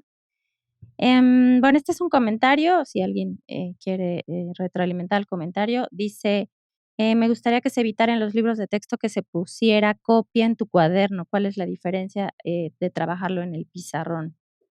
Alguien, no sé si quieran hacer algún comentario. Sí, Carla, gracias. Esto de copia en tu cuaderno es justamente porque queremos presentar la mayor cantidad de información posible para que el profesor tenga las herramientas para dar el contenido de los temas. Entonces, muchas preguntas implican una reflexión que el alumno no puede poner en un renglón o en 2 renglones y que generalmente no puede pasar a escribirlo al pizarrón. Entonces, a veces, por lo menos en geografía, el propósito es que el alumno pueda hacer una especie de ensayo, reflexionando lo visto alrededor del contenido y después lo pueda entregar o lo que el profesor decida. Por eso es que esa instrucción se da por lo menos en nuestra asignatura. Ok, muchas gracias. El maestro César Alberto Gutiérrez. No entiendo muy bien la pregunta, la planteo a ver si les es posible contestarla. Dice, en mi caso doy historia, geografía, formación y al tratar de que analicen un caso o el aprendizaje esperado, requiere que piensen y leen. Supongo que dice en formato pregunta, no puso el signo de interrogación, pero él da historia, geografía y formación cívica y ética. Al tratar de analizar un caso o los aprendizajes requiere que piensen y leen. Me imagino que en el libro... Yo puedo decir que siempre se necesita que piensen. Pensar es lo esencial de la raza humana, ¿no?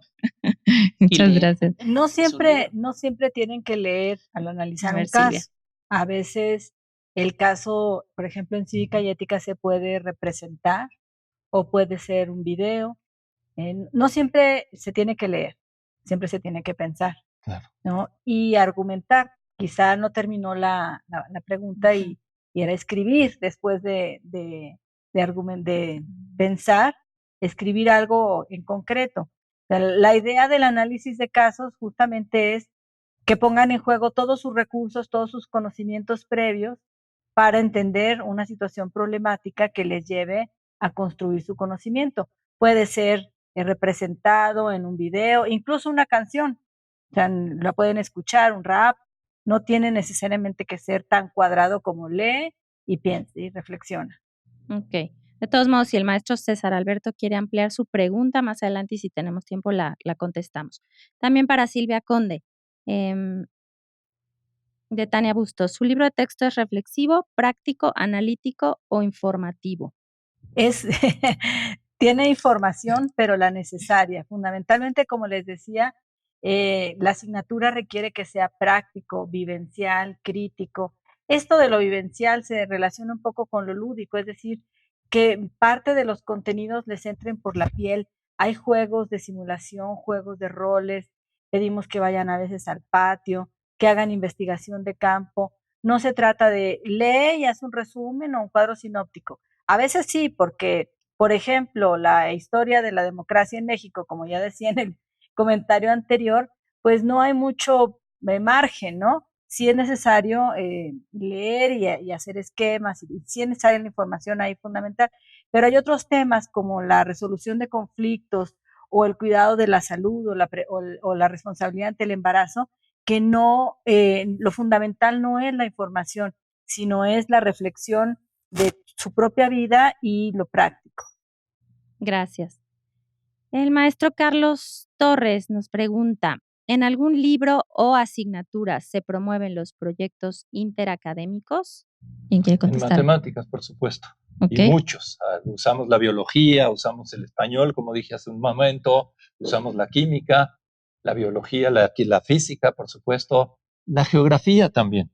Les pedimos, es decir, tienen que ser capaces de poder medir adecuadamente, de pintar un triángulo rectángulo en el patio. En fin, hay una serie de cosas que son proyectos generales que ellos deben de hacer.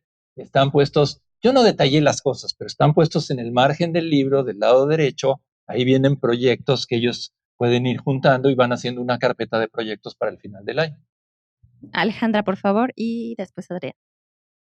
Sí, justamente también en la asignatura de biología tenemos en la parte de los proyectos esta oportunidad para que los estudiantes se integren y se vinculen a las demás disciplinas, porque en el libro en particular estos proyectos que se pueden realizar son proyectos científicos, tecnológicos, pero también proyectos ciudadanos. Y en este tipo de proyectos ciudadanos se abre esta oportunidad para que el estudiante aplique su conocimiento científico a una situación de la realidad, pero sobre todo que se enfrente a una situación social. Y bueno, esto me lleva también a profundizar un poquito más en el planteamiento didáctico de la asignatura de biología, al igual que las otras disciplinas científicas.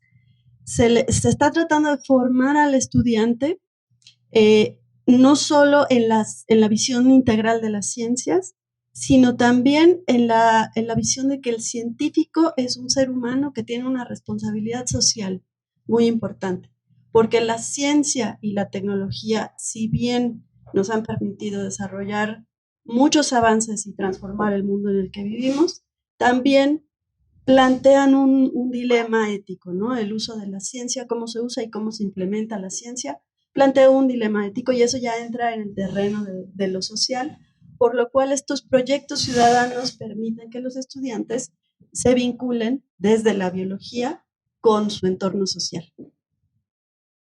Dame un segundo, Adriana. Hay 3 preguntitas más. Estamos en el límite del tiempo, entonces nos vamos a acotar esas 3 preguntas.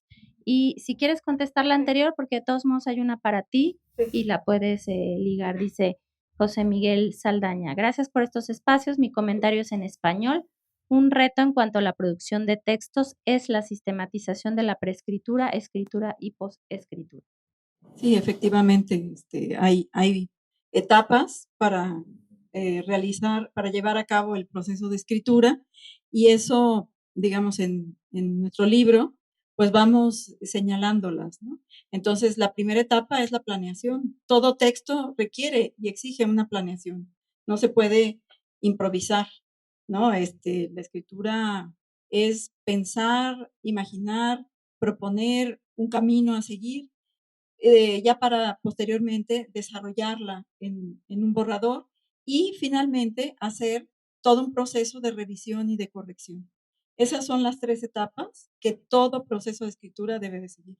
y por supuesto vienen señaladas en el libro, ¿no? Bueno, para ligarlo con la pregunta anterior, pues yo quiero decir, ñol es una asignatura en donde uno de los ámbitos en los que se distribuye, digamos, la asignatura es el ámbito de estudio. Y ahí es justamente el espacio donde se trabajan con tipos textuales que están vinculados con todas las demás asignaturas.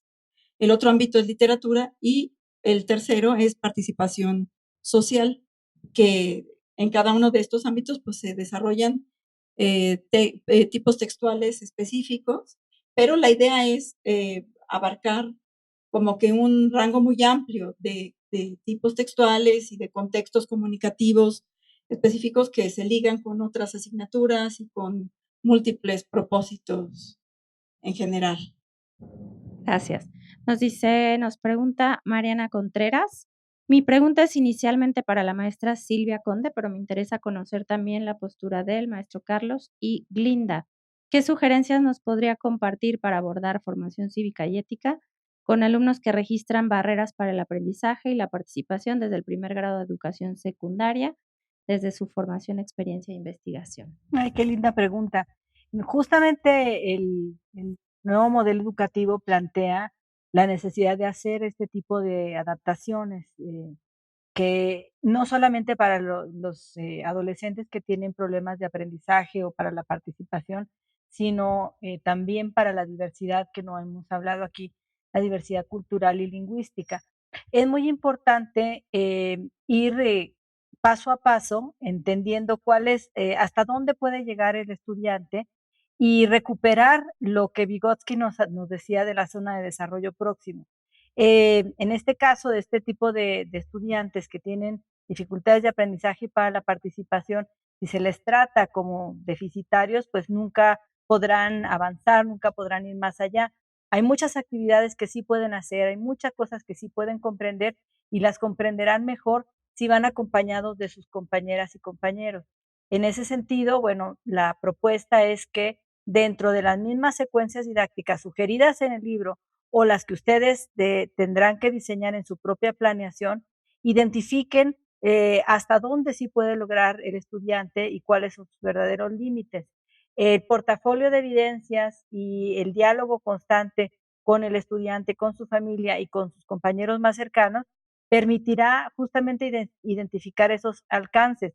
No se trata con este estudiante ni con todos de ir de manera uniforme ni homologar a todo el grupo, sino de que cada estudiante pueda ir a su propio ritmo y seguir lo que el mismo Perrenot nos decía, que el estudiante sea un sujeto activo de su aprendizaje. Entonces, cuando le conferimos al estudiante la tarea de vislumbrar hasta dónde puede llegar con sus recursos y con los recursos de su entorno, en este caso sus compañeros, bueno, ahí la ecuación se invierte porque ya no es el maestro poniendo una estafeta y una línea como que homogeneiza a todos, sino que justamente va el propio estudiante marcando su ritmo y la tarea del maestro es identificar qué tanto puede todavía darle un tirón para que vaya un poco más allá de lo que él mismo o ella misma se planteó. Esa es la sugerencia. Aclaro que tendríamos que ver la situación específica en la que está pensando, ¿no? Porque hay muchos elementos en esa pregunta, pero la respuesta general sería esa. ¿Algún comentario de Carlos, Glinda? Bueno, yo no tengo, perdón, Dale, dale, dale.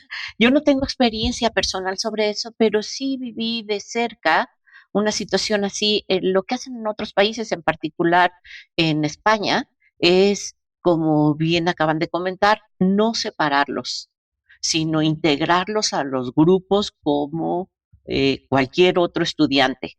En función de la cantidad de estudiantes que tengan una cierta discapacidad o ciertos problemas de aprendizaje, integran al grupo a un profesor ayudante para que el profesor titular le dé tiempo de manejar toda esta situación y el profesor ayudante les da apoyo mucho más dirigido a los estudiantes que tienen algún problema educativo. Creo que es un terreno en el que México no ha avanzado mucho desde mi poco conocimiento y urge integrarlo a la propuesta educativa en todas las áreas. No cabe duda que los maestros tienen retos enfrente de sí enormes, enormes. Pero en mi experiencia, muchas veces el hacer un grupito pequeño con algunos otros alumnos y estos chicos que tienen algún problema o algún aprendizaje un poco más lento, les ayuda tanto a unos como a otros, a los que lo van a empujar un poquito, como al chiquito que quiere salir adelante, ¿sí? Esas han sido mis experiencias, se las comparto, pero les vuelvo a repetir, el reto de nuestros maestros es gigantesco.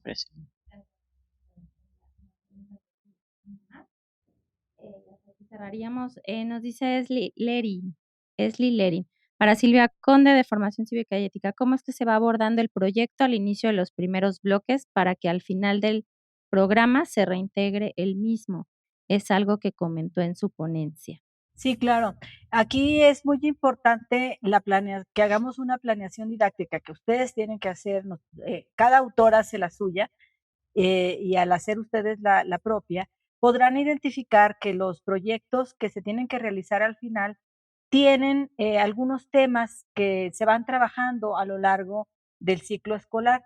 Por ejemplo, si vamos a hacer algún proyecto relacionado con la convivencia escolar, cuando vemos cuáles son los valores y las normas en nuestro entorno. Entonces, ahí este es un contenido de los primeros iniciales, un contenido inicial. Entonces, ahí el estudiante, el grupo, hace un recuento de los valores, digamos, cómo convivimos, cómo queremos convivir en el salón, cuáles son nuestros problemas, etcétera. Hacen un inventario de estos problemas y eso queda en el portafolio de evidencias del equipo o del grupo, dependiendo de cómo lo quiera manejar el profesor, si como un proyecto grupal o como proyectos por equipo. Y hay una mención en el libro que se llama para tu proyecto. Entonces en el portafolio se van haciendo, digamos, como carpetas independientes que son, digamos, para el trimestre o para el fin de curso, para el proyecto general. De tal forma que a lo largo del ciclo escolar, pues los estudiantes van identificando cuáles temáticas que ya abordaron las pueden recuperar después. De esta manera, cuando les toque hacer el proyecto al final del curso, pues trabajarán la metodología de proyecto y dirán, bueno, ¿cuáles son los problemas que hemos detectado? Revisen su portafolio de evidencias en la actividad 5 del tema 3, en la actividad 4 del tema fulano, y entonces ya les damos el recuento de dónde se fue trabajando la temática de ese proyecto específico. Entonces, el equipo o el grupo hacen el recuento y dicen, bueno, habíamos detectado todos estos problemas y a partir de esta lista de problemas identificamos el problema principal, analizamos sus causas, cosa que ya hicimos también en tal actividad, y planteamos las posibles soluciones que también ya estaban identificadas en la actividad determinada.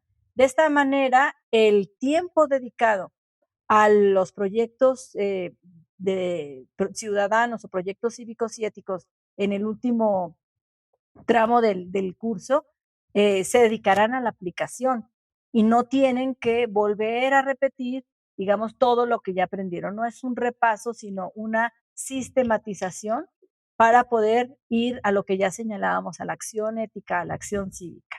Gracias. De esta manera se trabaja. Muchas gracias, Silvia. Bueno, entraron un par de preguntas más, pero se comentó algo sobre la inclusión y la discapacidad, así que bueno, y lamentamos mucho que el tiempo se nos haya agotado. Y un comentario final del maestro Francisco, muy enriquecedora su charla. Es muy grato conocer a los autores de los libros de texto y saber cómo están estructurados cada una de sus propuestas. Eso nos dicen, entonces bueno, aquí cerraríamos el chat, por favor. Y bueno, pues me gustaría que hiciéramos un comentario final rapidísimo, porque sí, ya nos pasamos un poquito de tiempo, con algunos segundos que quisieran dar algún comentario final para despedirse de los maestros. Por favor, ahora empezamos por acá con Ernesto. Bueno, agradecer que se tomen el tiempo de escucharnos y desear lo mejor, que el reto es enorme, sin duda. y la responsabilidad también.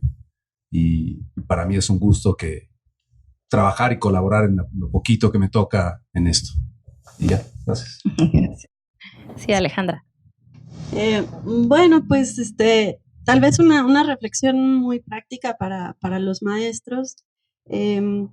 Una cosa que nunca hay que perder de vista es que en el aula también es un ambiente social en el que nosotros como maestros estamos interactuando con un grupo de estudiantes, tenemos habilidades diferentes, tenemos conocimientos diferentes, no hay que temerle como maestros a decir no sé, porque el maestro no lo sabe todo, y en realidad el maestro también aprende a través de las experiencias que tiene con sus estudiantes.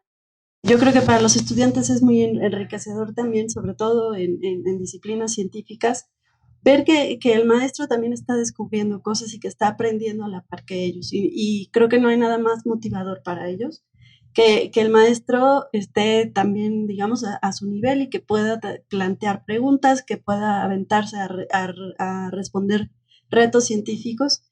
Y con el ejemplo les vamos a proporcionar lo más valioso, ¿no? A los estudiantes. Gracias. Linda, por favor. Gracias. Bueno, agradecer a la editorial la oportunidad de conocerlos a la distancia. Siempre es muy agradable ver que nos escuchan y que están del otro lado de la cámara. Y yo creo que el camino para ir construyendo el éxito en la enseñanza de cualquier disciplina es partir de lo que el estudiante sabe en todo momento, retarlos cognitivamente. Eso está demostradísimo en muchas investigaciones. Lo que el alumno le gusta es que lo reten cognitivamente. Y de repente le repetimos y le repetimos y le repetimos situaciones que ya sabe a las que ya sabe cómo responder. Pero si le cambiamos el efecto para hacer los verdaderos problemas de su contexto, seguramente seremos más exitosos. Gracias, Linda. Carlos, por favor. Pues muchas gracias por estar con nosotros, maestros. Y sin lugar a dudas, les tengo que decir que, como ya lo dije muchas veces, tienen delante de ustedes un gran reto. Pero qué bueno, para que no sea algo rutinario. Disfruten lo que hacen. Es maravilloso dar clases. Gracias. Silvia, por favor. Pues solo recordar que el libro de texto que hemos escrito cada uno de nosotros, es la lectura personal, es nuestra visión, nuestra planeación didáctica.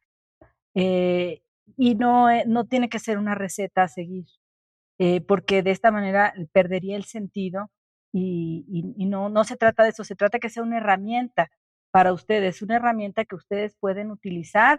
Hay libros que les dan más oportunidades, más posibilidades que otros.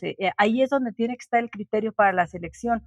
¿Cuál libro me ofrece más herramientas para que yo pueda adaptarlo a mi contexto, a la realidad de mis estudiantes, a mi estilo de enseñanza, a los ritmos, al entorno y a los retos que me plantea el contexto en el que está enclavado la escuela?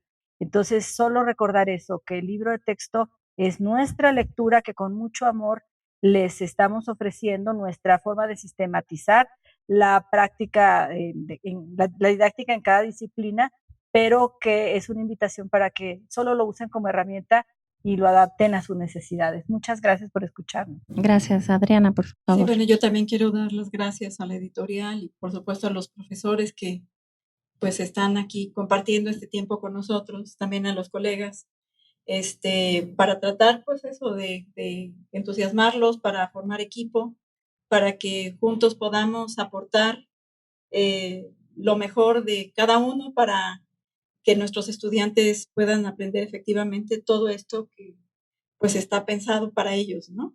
Que logren desarrollar sus capacidades y que sigan aprendiendo a lo largo de su vida. Gracias. Y finalmente, Carla, por favor. Bien, pues yo solo quería agradecerles a todos los profesores que nos están viendo por dedicarse a esta labor, que me parece que es una de las más extenuantes. Yo en mi experiencia profesional he dado clases en secundaria y en preparatoria, y créanme que por más que en otros lugares los horarios sean muy largos, yo creo que lo más eso, lo más extenuante ha sido el dar clases, ¿no? Y cuando uno lo hace con pasión es todavía más. Pero es una labor muy noble y nosotros, y yo creo que comparto con mis compañeros esto, si hemos hecho el libro, claro, para que el alumno aproveche, ¿no? Y aprenda, pero también con cariño para los profesores, para facilitarles un poco su labor, para ayudarlos a que puedan aprovechar más el tiempo en clase y esperemos que lo disfruten y que lo aprovechen, tanto como nosotros hacerlos. Muchas gracias. Bueno, yo igual agradecerles a todos los especialistas que nos acompañaron el día de hoy. Creo que ha sido una charla muy enriquecedora para nuestros asistentes. Gracias a los maestros que se pudieron conectar.